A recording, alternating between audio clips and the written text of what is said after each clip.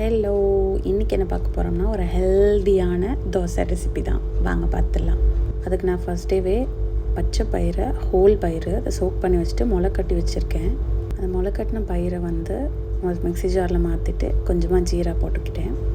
அப்புறம் கொஞ்சம் கல் உப்பு, கூடவே ஒரு 4 பல்லு இஞ்சி, காரத்துக்கு ஏற்ற மாதிரி பச்சை மிளகா. எங்கள் வீட்டில் ஸ்பைசி எப்போவுமே கம்மியாக தான் யூஸ் பண்ணுவோம், ஸோ அதுக்காக. அப்புறம் கொத்தமல்லி, கூடவே தேவையான அளவு வாட்டர். அடுத்து என்ன ஸ்டெப்னு உங்களுக்கே தெரியும், ஏன்னா மிக்சியில் ஆட் பண்ண அப்புறம் நம்ம என்ன பண்ண போகிறோம்? ஆமாம், அதே தான். டன். ஒரு ரொம்ப பேஸ்ட்டாக இல்லாமல் கொஞ்சம் குறன்னு இருந்தால் கூட ஓகே தான். அரைச்சி வச்ச அந்த பயிர் மிக்சரை நான் இன்னொரு பாத்திரத்துக்கு மாற்றிக்கிறேன். இது எவ்வளோ ஹெல்தின்னு நான் சொல்லணுன்னு அவசியமே இல்லை, உங்களுக்கு பார்த்தாலே தெரியும். அது கூடவே நான் ரோஸ்டட் ரவை எடுத்திருக்கேன். இது ஜஸ்ட் ரோஸ்டட்னு போட்டுக்கும், பட் இட்ஸ் அந்த அளவுக்கு ரோஸ்டட் கிடையாது. உங்களுக்கு வேணும்னா ரோஸ்ட் பண்ணி ஆட் பண்ணிக்கிட்டால் இனிமேல் நல்ல டேஸ்ட் இருக்கும். நான் ரோஸ்டட் ரவைன்னு அப்படியே ஆட் பண்ணிக்கிட்டேன். ஒரு 1/4 கப்பும் இன்னும் கொஞ்சம் ரவையும் ஆட் பண்ணியிருக்கேன். அதை மிக்ஸ் பண்ணிக்கோங்க. ஆல்ரெடி நம்ம சால்ட் எல்லாமே அதில் ஆட் பண்ணிட்டோம். ஸோ பேட்டர் ரெடி ஆயிடுச்சு. கூடவே என்னோடய ஃபேவரட் தக்காளி சட்னியை செஞ்சு வச்சுட்டேன். இதோட ரெசிபியை நெக்ஸ்ட் வீடியோவில் அப்லோட் பண்ணுறேன். சட்னி செஞ்சுட்டு வந்து பேட்டர் ஓப்பன் பண்ணிவிட்டு இன்னும் கொஞ்சம் எனக்கு வாட்டர் ஆட் பண்ணணும்னு தோணுச்சு, ஸோ நான் ஆட் பண்ணியிருக்கேன். உங்களுக்கு தோசை ஊற்றுறதுக்கு எந்த பதம் வேணுமோ நீங்கள் ஆட் பண்ணிக்கலாம். நெக்ஸ்ட்டு தோசை ஊற்ற போயிட வேண்டியதான். நாங்கள் தோசை அடிக்கடி போடுவோம், அதனால் நான்ஸ்டிக் நான் யூஸ் பண்ணுறதில்ல ரெகுலராக. எப்போவாது தான் நான்ஸ்டிக் யூஸ் பண்ணுவேன்.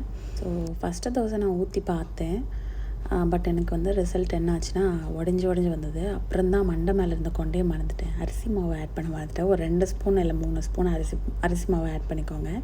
ஆட் பண்ணிவிட்டு நான் தோசை ஊற்றுறேன். எப்படி வந்திருக்கு பாருங்கள், பயங்கரமாக இருந்துச்சு. நானுமே இந்த தோசை எப்படி வந்திருக்குமோ அப்படின்னு சொல்லி நினச்சேன், பட் ரொம்பவே நல்லா வந்துச்சு. இந்த பிஞ்சு போன தோசையை வேஸ்ட் பண்ணக்கூடாதுல்ல, அதான் என் ஹஸ்பண்ட்கிட்ட கொடுத்துட்டேன். அப்படி அவர் ரிவ்யூ சொல்லுவார், கேட்டுக்கோங்க. நீங்கள் அவருக்கு பூமெக்ஸ் விளம்பரம் நினச்சிடாதீங்க. டேஸ்ட் பண்ணி சொல்லுங்கள்.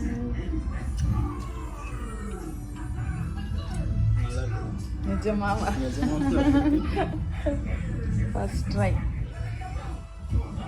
சட்னி அப்படி இருக்கு. இது என்ன தோசை? அது என்ன தோசை கண்டுபிடிக்கணும். நீங்கள் கண்டுபிடிக்க மாட்டீங்க. பயிர் முளைக்கட்டி தோசையா? தேங்க்யூ. ஹெல்தி. பசங்க சாப்பிட மாட்டானுங்கன்னு நினச்சேன், பட் நான் ஊற்ற பசங்களும் சாப்பிட்டாங்க. எனக்கு ரொம்ப ஹாப்பி.